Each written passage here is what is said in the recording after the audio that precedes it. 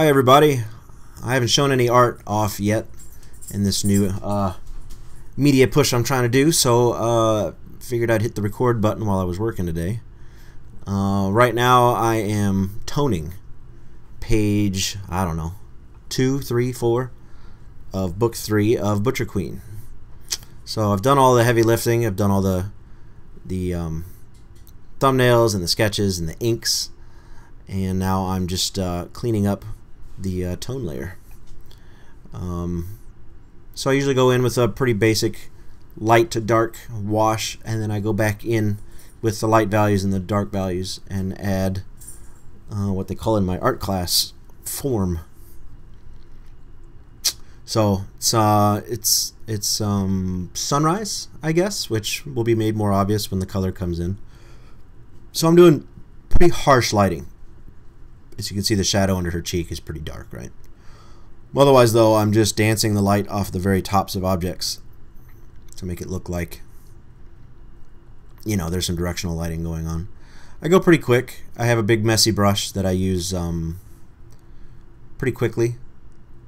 There's a lot of layers that go in on top of this, a color layer and some special effects and stuff like that. So this isn't sped up. I'm actually going pretty quick.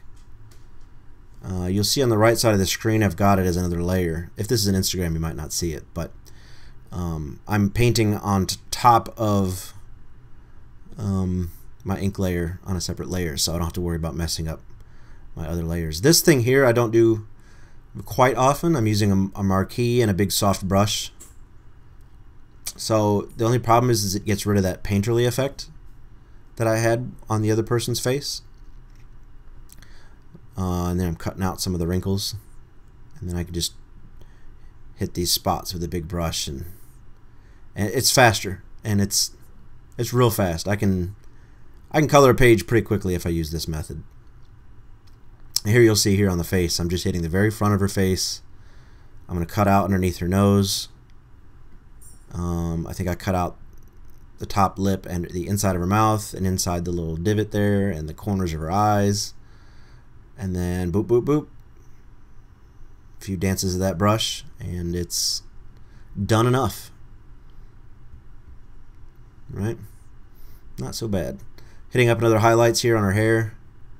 A few spots on her clothing down here, just to add some variety so it doesn't look boring. I don't know if it's really accurate at this point, but you know, it won't matter in the end. You won't even notice it. So that's what some of the rest of the page looks like as I zoom out there. Yeah, this is page 2 and 3, I believe. So one of the last things I do here on an additional layer on top is what's called a stroke. It's not used very often. But it's out there if you look for it. It's sort of an illustrator's trick to pull the foreground off the background. And I know I've mentioned this before, but I don't know how many times I have, so I'm going to say it again.